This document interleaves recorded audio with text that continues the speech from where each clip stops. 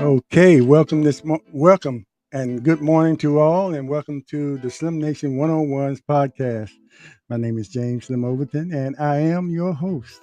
But more important, I am your friend. This morning we have a special guest with us, and her name is Shelvee Casey Thompson. And good morning, Shelvee. How you doing? Good morning, good morning, good morning. I'm excited to be here to talk with you today. Yes, indeed. And we'll turn down the music. And I told her earlier, I wanted to show that I'm representing Shelby Virgi- is a graduate of Virginia Union, and I attended there. And so we hold a kinship there. Nothing like being a Panther. That's right. She was there. She was a cheerleader and graduated with a degree in English language arts. That's Wow. right. So Yes, while Slim. you were burning that midnight oil, you were out there cheering for the basketball and football teams. Yeah. Absolutely. I absolutely loved my experience at Virginia Union University. It was the best place for me. Yeah, you were almost a legacy. Now, legacies is when your parents went there. Now, they didn't go there, but you had some uncles and aunts that went there, and I some did. Portsmouth that went there. Yours truly. So it was kind of a natural fit. I remember coming up there one homecoming and getting together with you and the rest of the family. So it Yes. probably was your senior year. I'm not sure, but anyway, that was an exciting moment to come there and see one of our babies there at Virginia Union doing her thing. Absolutely. We appreciate it. But we're here today, and we want to talk to you, and thank you for agreeing to talk to me one on one. We've been knowing the family, you and the family, for years. Your uncle Tim and I were at IC Norcom together, and at Virginia Union together, as well as Pam. And before we get started with you, I think you might want to do a shout out to someone special to you, Yes, absolutely. Today, July 13th, a birthday shout um, out.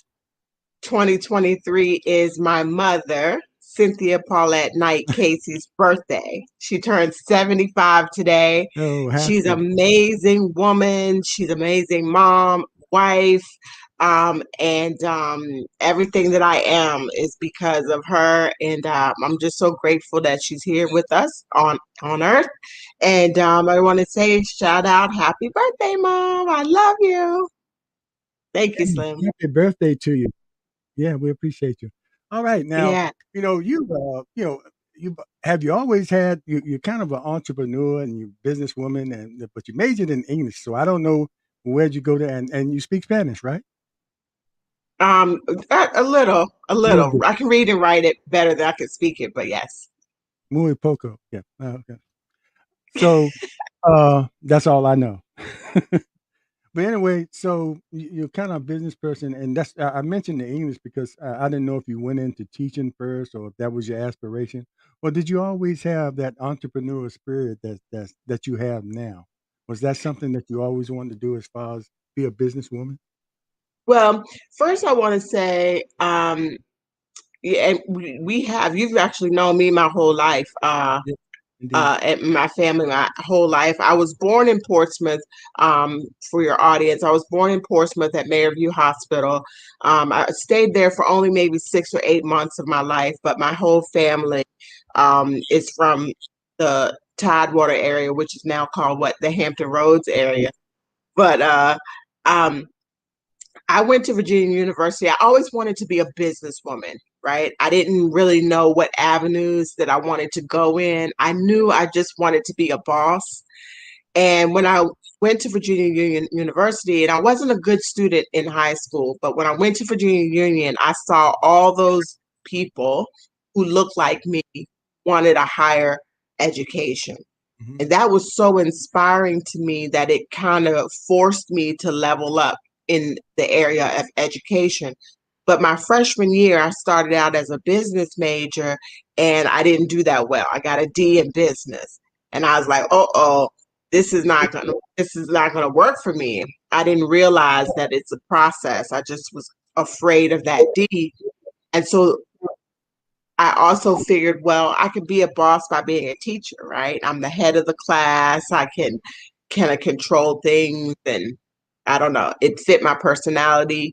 I loved young people, So I changed my major to English language arts, which is just the label for K through 8 degree in education at that time. And when I changed the major to teaching, I excelled. My grades were great. It was a breeze. It was natural for me. And so I went forward. And as you know, Virginia Union is um, known for preachers and teachers. So Mhm. it was a good fit for me, and I went forward with it.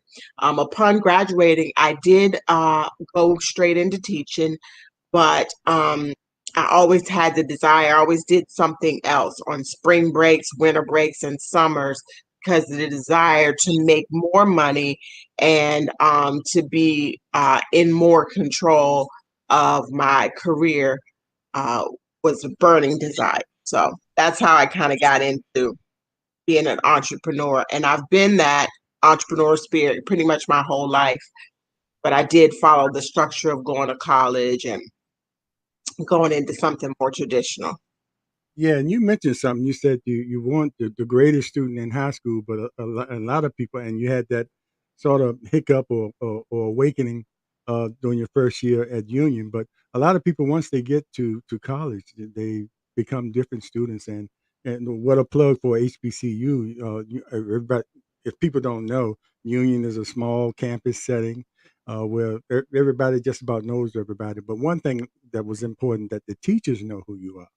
You're not Absolutely. just a number, and they would take interest in you. And if you had a problem or issue, even if it was personal, you could go to those teachers and share some things with them that you might not be able to do at a PWI. And not putting down PWIs, but HBCUs rock. But you go where Yes, where you feel you should go. So that probably was a plus going there and getting that awakening, and then being in that kind of environment was a good thing for you. it was And, absolutely the best thing that ever happened. I do not think that I would have gotten the GPA or completed had it not been for the home loving, safe, encouraging environment of Virginia Union for sure.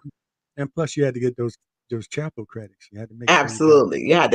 You had to make sure that you put forth every effort in self-development and to in order to graduate for sure. Yeah, and that was definitely important. And I don't know if you saw it, but I remember being there and seeing some of the professors that had businesses on the side. They were actually business people, and but they were actually teaching too. So that probably had to be encouraging for some people to Absolutely. get out there and pursue a business, and especially being an entrepreneur, being a business person for yourself. So, so you so first it comes with your family. It's a family home here in the city of Portsmouth, and you know it was after your grandmother wasn't there anymore. You said, okay, we're gonna rent it out. So you rent it out for several years, and uh, decided, I guess, you and Kyle, shout out to Kyle's brother, and Billy, the dad. And guess you and Kyle and Billy and everybody got together and said, let's look into this Airbnb thing. A few years back, it was the hottest thing, and it still is hot. And so what sort of guided y'all towards that? Because, some people might say having a rental in there 2 or 3, 5 years is guaranteed money. But there are some cons to that as well, as people not taking care of the home as they would if it was theirs, or, what could be guaranteed money, but sometimes you might have to chase the rent. So what got you all into just looking at it? Was it something you just pursued, or did the long-term rental situation sort of push you in that direction? Well, so as you stated, our Airbnb that's in Portsmouth, Virginia, is a family-owned home Mhm, without a mortgage. It was my grandmother's home, and now my mother's home. And it was very important for us to make sure that we kept that home in the family. mhm. As you stated, we it was rented while my grandmother lived with us for several years, lived up in the metropolitan area for several years. It was rented, and we had very good renters. We didn't have any renters that tore up the home or anything of that nature. But it got to a point where we needed to make some decisions about, are we going to continue to rent, or should we um, uh, turn it over into a business? Mhm. And my husband and a couple other people had talked with us about, the possibility of short-term rentals and Airbnb. And at first, it didn't seem like something that we would want to do. But once we put all of our heads together as a family, and that's the way that we operate the business, everybody contributes in some way or another to the operation. We said, let's step out on faith and let's try this. It has been tremendously successful for us. We have learned a lot. It has developed all of us personally. It has developed us as a family on how we work together collectively. And we have been able to, basically prove to ourselves that this is something that could create um, an additional income stream for for our family, and it's sustainable. Mhm. So Yeah, then the first thing I have to say is the kudos to you and the family because that's something a missing ingredient sometime in the black community with families, and we see other races that can come together and have a family business, and they can get along and do it. One of the things that problems we have had historically is not being able to do business together as a family. We yeah, love each other, but when we come together and that money is involved and things like that, it doesn't work out as well. A lot of families do, but not as much as some of the other cultures that we see that do that and are very is very lucrative for them. And so I applaud you all for being able to do that. I think the main ingredients, the most important thing that you all do, everybody has a specific role, and you know your role, and that's your lane, and that's what you do, and collectively, it all comes together. You know, yes, but when that's not defined, that's yes, where, family businesses may fail because one person might think, "Well, I'm this, I'm that. Well, I do this," but I noticed that when a decision has to be made, y'all all come together and say, "Okay, how we gonna do this?" Or it might be your lane to handle a certain thing. We'll say, "Get in touch with yes, Shelvee. That's her job." yes, yes. Everybody accepts that, and I think that's the main that's the ingredients for success, at least for you, for your family. Yes, And absolutely. for your family. Yeah, absolutely, Slim, because at the end of the day, we really operate the business the way that we operate in our family. Everybody has their role and their opinion, and they bring their value to the table, and we all have respect for it. But at the end of the day, we all know who the final say is, and the Good. boss is my mother. And it's always been that way, and we have a tremendous amount of respect for it. She will often turn it over and say whatever you all decide, but we make sure that she gives us that blessing to make the final say before we move forward on things. um, the key ingredient one is one of the things that makes our situation easier is that there's no mortgage on the home. That helps. Um, Even when you do have a mortgage on your home, you just want to keep a tight budget. But the key ingredient is the I would call the house manager. Mhm. Um, and we are operators, but we're not really the house manager. Finding a person that cares about your home on the ground is essential to our success. The person who's cleaning the home, looking out for the home, um, that's the piece that without it, the business really would not be able to operate in a successful fashion. And we were blessed to be able to have a house manager that cares, not only cares about the home, but treats it as if it's their own home, cleans it in a way that is, superior and satisfactory to the client. And you know, that's what every Airbnb person who wants to enter into Airbnb in any way, that's what they need to focus on the most. Everything else, if you're arguing as a family or if you don't want to do this, don't want, that doesn't really matter. What matters is the guest experience and how they receive your home and what they write about your home. Yeah, and that's very important because a lot of people that have the Airbnbs are not in the same town that they have the Airbnbs. It's a family home, that's still there, and we mentioned about generational wealth, and keeping that home in the family is a part of keeping that generational wealth because it's whatever you're doing there, you can pass it down to your son, uh, you know, or other family members. And I think that's so important. And you mentioned about how the final decision comes down to your mother, but that's been a staple of the Casey and Knight family. That's the way they've operated for years. They Yes. respect the elders, the people, and when it comes down to it, the decision, and that's what makes for a good, successful family.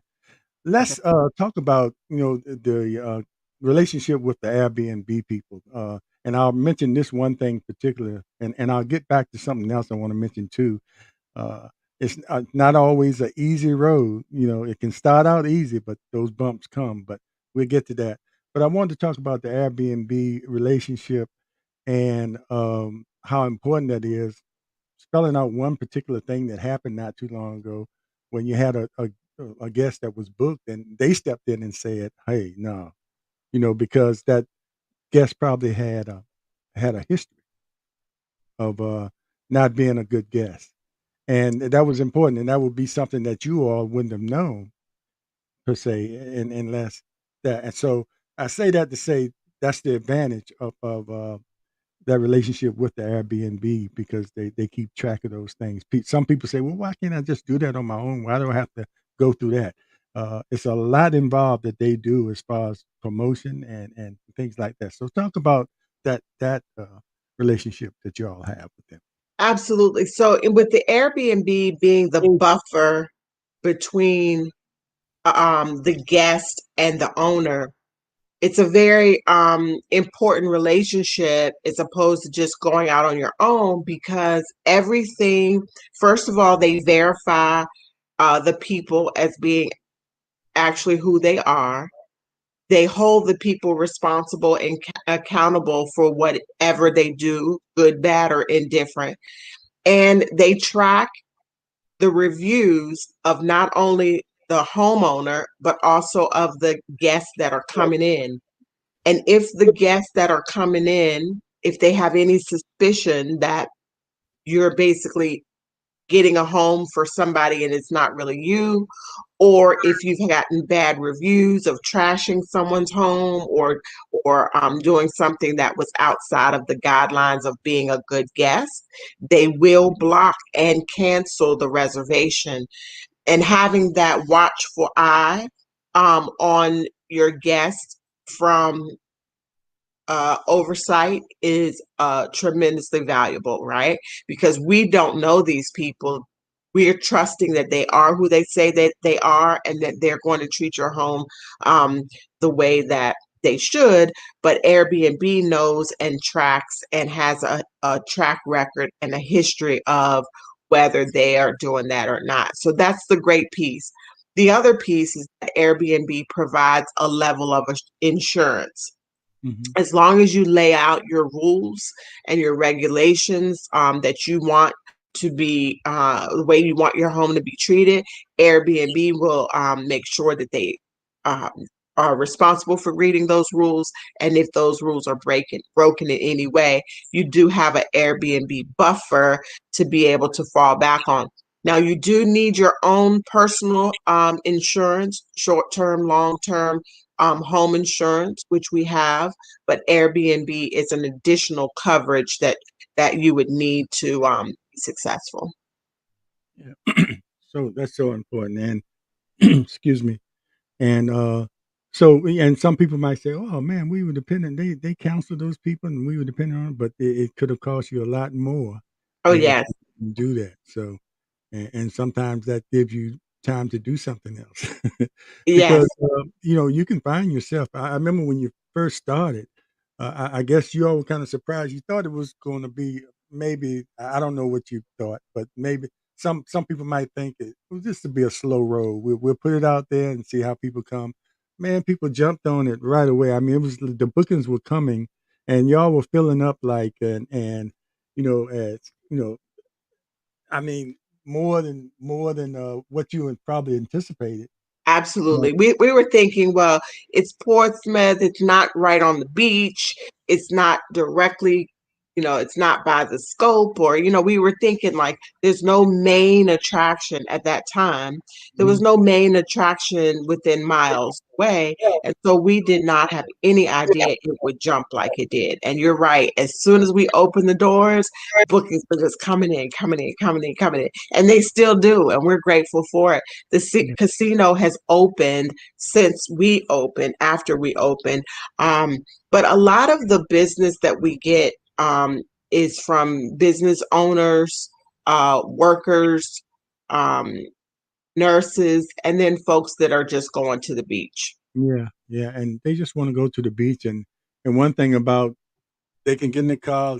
The beach is like 25 minutes away, and then they can come back to a serene environment like the city of Portsmouth and the community of Mount Hermon. And Yes, so, and then and be in a house setting, it's so much better.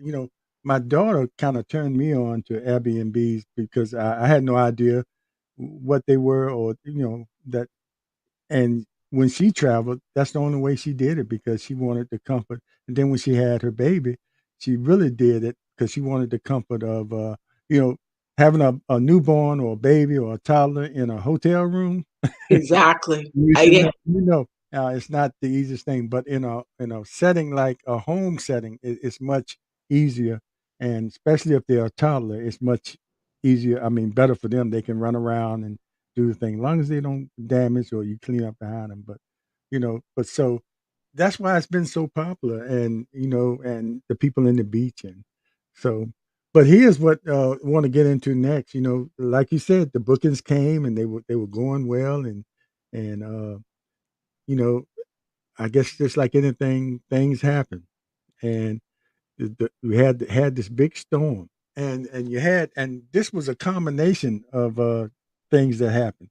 You got a long term uh, guest, and like you mentioned, some of the people are workers. So you had workers to come in there. They had a job down here. So it was like months that they had booked the place. So anybody with Airbnb, oh great, we don't have to. I mean, that's guaranteed solid booking for 3 months or whatever it was. I can't recall. But while they were there, storm came, tree fell on. And I always saw that tree as a problem because it was an older tree.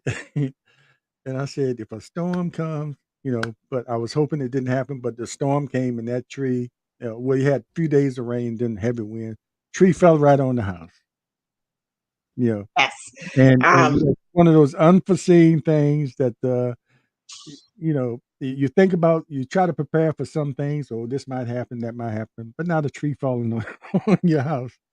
But, yeah, it can happen, but why, so that's one of the things that happened, but it didn't deter y'all. Y'all, you got up, dust yourself off, and kept moving. But yeah, also, and I'll let you talk after. Also, at the same time, you had these workers in there that did not take care of the house like they should have. that's So right. you on a combination of the tree falling in, you had a house that was made for 6 guests. I think it was more of them, but, it was, and not putting down men, but it was all men.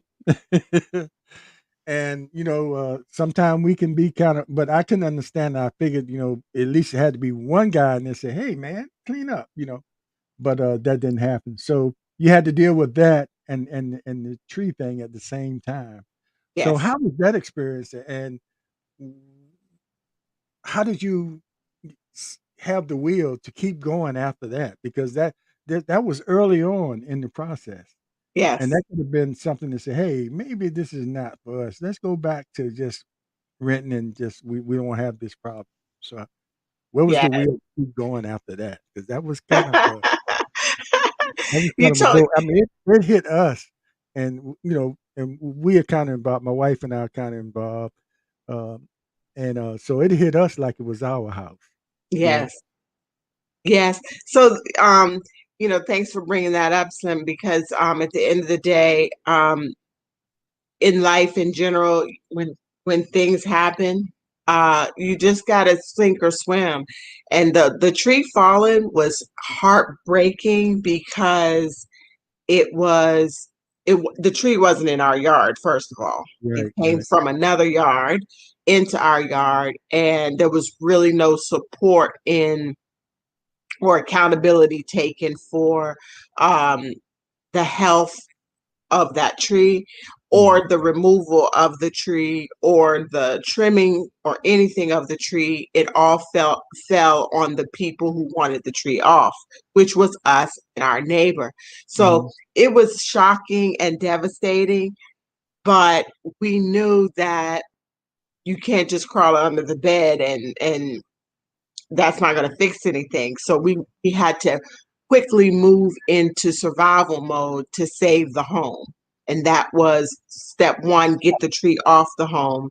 And step two, secure it from any other weathering damage. And then step three was repairs. And so we had to just actively move into that because it's not just a house, it's history for us. It's uh, ancestry for us. Those love there, so we have to make sure it got back into shape. That was the first thing. The second thing with the tenants that we had, long-term tenants that we had, that clearly there were supposed to be 6 people max, and it was probably 12. Um, they did not take care of the home. They broke things. They tried to repair things. They kept trash outside. They had alcohol all over the place. They grilled. They in a carport area.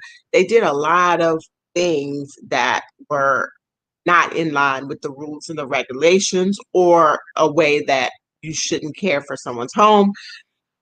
Um, and so that the act of nature we had to just deal with, right? Mhm. Even though Yeah. it wasn't ours. But when someone personally, an actual human, does something to try to damage your home, you do have the anger. You're just downright pissed, right? Mhm. But at the same time, we have that sink or swim mentality in my family. Like, what are we going to do? Are we going to just crawl under a rock and go back, or are we going to push forward? And we collectively, we knew what we had to do was just push forward, rebuild, and start again. And we're happy that we did. It was not easy, and I'm grateful for a couple of things. My family has put themselves in a position. My parents and my brother and his family, and my husband and I have put ourselves in a position where we had some cushion, Mhm. and that cushion saved us. We were Yeah. able to, you know how they say, put something away for a rainy day. Mhm. We had a little something away for a rainy day, which Right. was able to help us finance um, the rebuilding of the business, the home, and our spirits all together. Yeah, because that's one of those things when you go into a venture like that, you have to be prepared, even though the unknown can catch you off guard. But you have to be prepared, and you have to consider, some of the things, for people that might want to consider doing this. You can't let those things like that deter you from your ultimate goal is Absolutely. to entrepreneur and go into that. So and that could have you know backed a lot of people out of that situation. But you know, having those strong family ties, I think, was an important piece. You know, and like Yes. you said, the cushion that you had, because it could have been financially devastating as well. Exactly. Honestly, if it had not been a family home with those two things that happened, we probably would have gone in a different direction.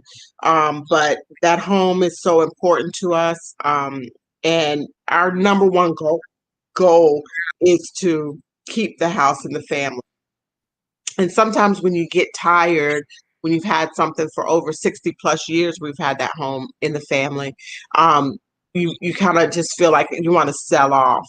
And so we Hmm. needed something fresh and new and exciting keep to keep it going. And as you said, for the generational wealth for sure.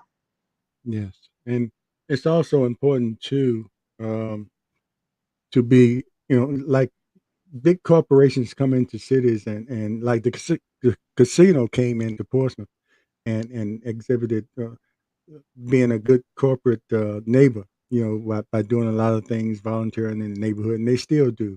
So even in your situation, you have to be a good neighbor. And one of the things I tried to make sure was to uh, get involved with well, at least talk to the civic league president and let them know, that if it's anything, if they have any issues or anything, let us know. Don't Yeah, sit. And it hasn't been any so far, but he appreciated that, and he happened to be one of my classmates, but he's the president out there, and he appreciated us even, letting him know that we were there, and if they had any issues, and if his neighbors had any issues, to let us know and not sit absolutely. back.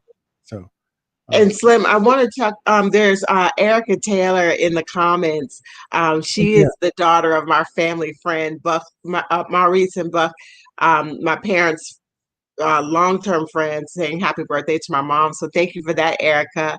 And then the second person who made a comment was like insurance didn't cover the tree damage. So that's very tricky. If you look into uh, the way the laws go. Um, your insurance company is not responsible for taking care of a tree that's not in your yard, right? hmm, And the tree that was in someone else's yard should have fell on their insurance, but the way insurance works, they battle it out with each other and figure out who's going to do what. And oftentimes, no one does anything, right, especially in a timely fashion. Um, as time went on, we were able to recover some funds through insurance, but initially they will fight it out so long that if we would have waited on insurance to happen, I mean, the whole house would have been damaged. We needed immediate decisions to be made. And our neighbor and I ended up splitting the cost to remove the tree. hmm, His insurance. both houses, yeah. Right, because you don't have time for insurance companies to go back and forth and blame people. Right, And when it's clearly somebody's fault. I mean, even though it was an act of nature, but a tree on your property, but that's another story. And thanks, Travis Pete, for that question. Did the insurance cover it? And a shout out to Daphne Warren and Jackie Hester, who just came on, and James Porter, fellow Unionite. He was a football player when I was there, and he played with Tim. He played with love Tim. him. So, James Porter, thanks for watching. Appreciate you. VUU. So hard to be a Panther. Oh, I had Love to it. throw that in. But anyway, so what would you, excuse me again, what advice, I know you still kind of a novice at this thing, but you have gone through a few little things early on with this, and it might be some things down the road you have to face, but I think you're going to be better prepared for whatever comes up now, because things can happen. Life happens. What kind of advice would you give someone if you were out and someone was thinking about doing that, or one of your neighbors or one of your friends? What kind of advice would you give to them? What would you tell them to do first? What would be the first thing, after I know research is involved, but after they do their research, what would be the next thing that they would do, the next move that they would make?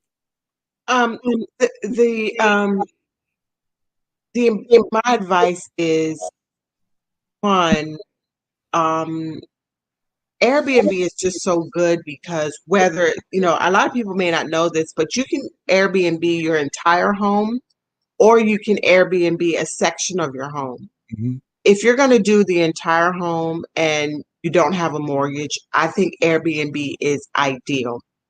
If you want to rent the home and you do have a mortgage on the home, you just want to do the numbers and your profit and loss, um, and make sure that you're not just breaking even because it's a lot of work just to break even.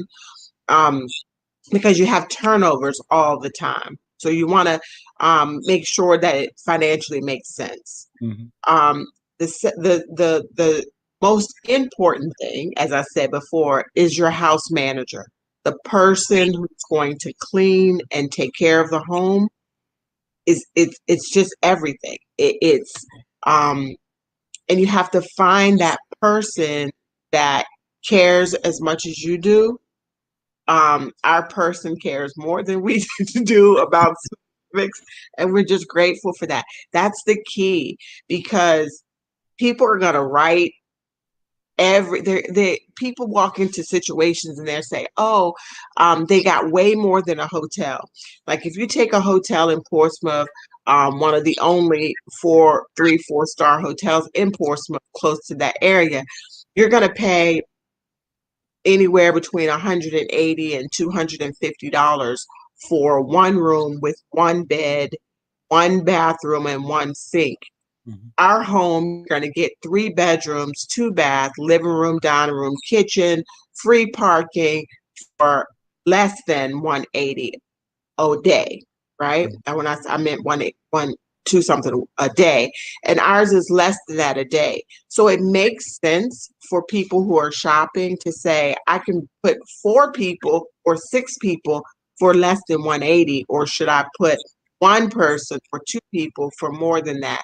And so it makes financial sense. So the bookings will definitely happen.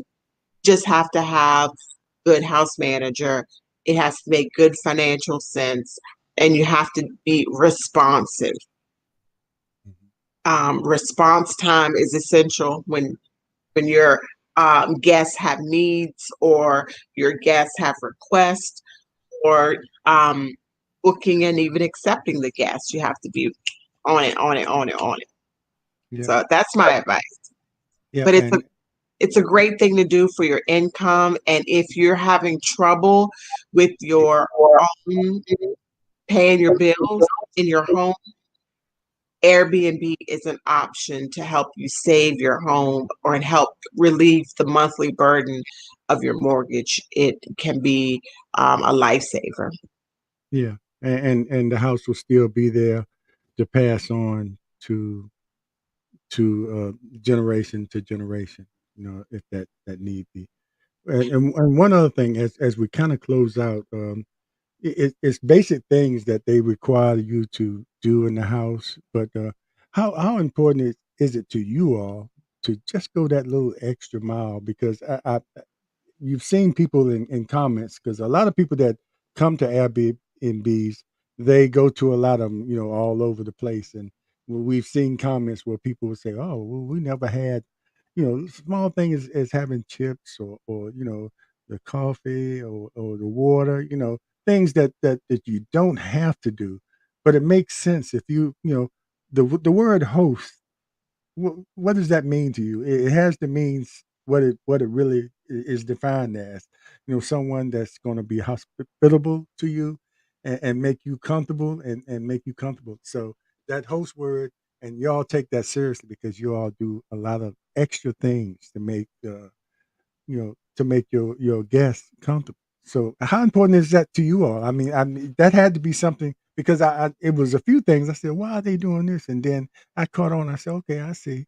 Yeah, Because you're not the only game in town for one thing, that's right. and, That's and right. you want people to remember you and not just another Airbnb, but Cambridge Manor has to stand out in it.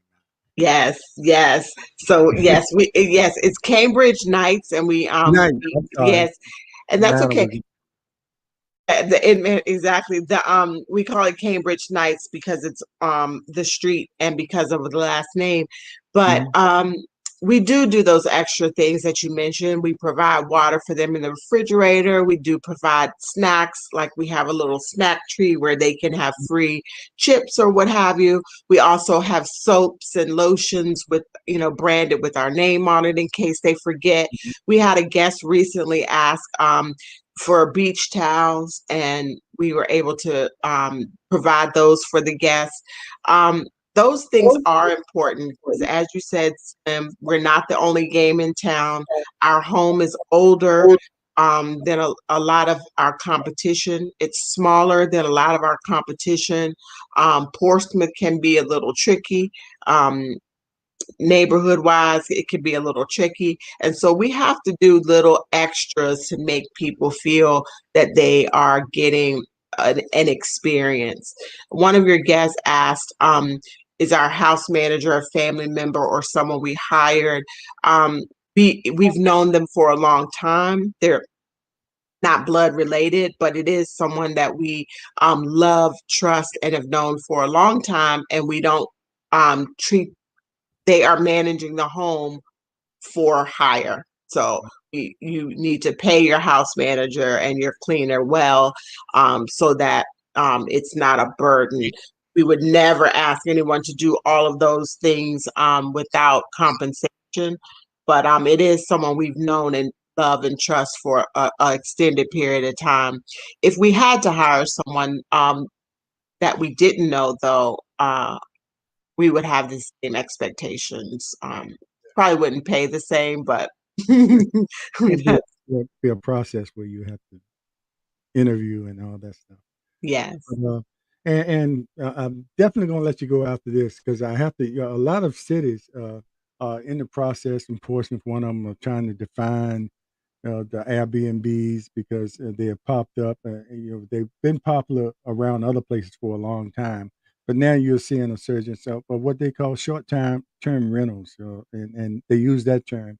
Virginia Beach is dealing with it. I think they made some ordinances to handle that. Richmond and Portsmouth is looking into it uh, because any kind of business, the cities want to make sure they get something out of the business if you're doing a business in their area, city, and making a profit. So but whatever goes on, and you can keep up with what's going on. I guess you all will be prepared for whatever the cities decide, whatever they want to do concerning Airbnbs. Because I know down the road something is coming.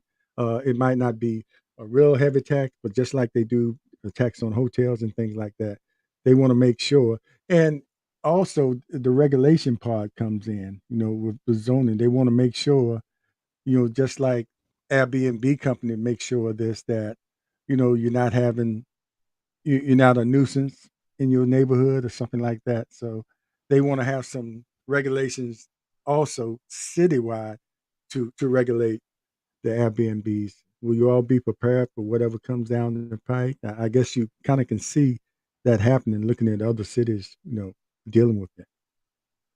I know Yes. that's a loaded question, but No, no, no. I mean, it's a reality. It's a reality of the way things go in the world. Whenever there's something that benefits the people, um, government is going to step in and make sure it benefits them as well. We established this with our company as a LLC from the very beginning, and so we are incorporated in that way. Uh, the family has the LLC, and we operate our Airbnb through that LLC, and so we pay taxes are in that way already. Whatever the city decides to do, I think I'm all we don't really have much control over it as long as it doesn't hurt the people. Um, I just really feel like if when they go into those meetings with council or whoever, they need to understand that there are people who are doing it to um, not just in a business, but some people absolutely need it in order to sustain. And if Airbnb is going to help the city prevent loss of housing or foreclosures or homelessness and things of that nature, they do need to consider not making it a burden on the people, not making so many loopholes that someone can't, people, they call it the 3 Ds in real estate, like death, divorce, and damage, right? Um, and those are the three main reasons why people lose their homes. A spouse or something happens. And so there may be a person who wants to Airbnb a section of their home, their basement or their side house or a room in order to not lose their home. And so I hope that whenever the government or the city intervenes, that they consider not making it so difficult that people aren't able to do it with ease and do it in a way that can help save them, because we've seen all over Portsmouth and other areas where houses just have been dilapidated in the area or on the street for years and they haven't been able to recover, or where the foreclosure rate has just been significant. And so, my opinion is that if they do intervene and make the regulations in place, that they don't make it so difficult that people won't be able to benefit. Yeah, I think that they looking at it and they'll have that in mind. And I think one of the things I hope they'll do this, have a public hearing and give the owners a chance to come and speak. As part of their research, it has to involve the people that own Airbnbs. How Yes, can you come to any kind of decision unless you heard both sides of the issue? And I think that's something that will that will happen in this process. I If hope. not, just remember elections have consequences. Voting has consequences. Make sure you have the right people in place. I had to throw that in because that's one of my uh, most that's one of my pet peeves. Is not having the right people in there that are concerned about all citizens. Anyway, I had to throw that in. But thanks again. I really appreciate you coming in, and we got informed about you helped us out and those people that are thinking about Airbnbs. I think it might be a few more popping up, but hope not too much competition, but I Yes, yes, think it's enough for everybody out there, because it is. It city definitely. Portsmouth is kind of opening up, and a lot of people will want to come here and be a part of what we're doing here in the city of Portsmouth. And don't believe the hype that you see in the news all the time. It's a great place to be, a great place to come and stay in Cambridge Nights. Cambridge Nights. You can look us up on Airbnb under Cambridge Nights and find us. If your family's in town, you don't have enough room at your home for them to stay for whatever reason, we're there. So thank you Yeah, so much for especially inviting me. coming out for the fall. When the football season starts and they have all those homecomings. What a better place to stay than like leaving your home and coming to another home. That's the way Exactly. I look at it. Anyway, thanks a lot, and say hello to your parents for me. I will. Thank you. Thank you so much. Say hello to your wife for me. I sure will. I enjoyed the conversation, and take Yes. care. And thanks Thank you. everybody for watching today. We appreciate you on the Slim Nation 101 podcast. And as always, be aware, be informed, and most of all, be involved. Remember, your vote is your voice. Take care. We'll see you next time.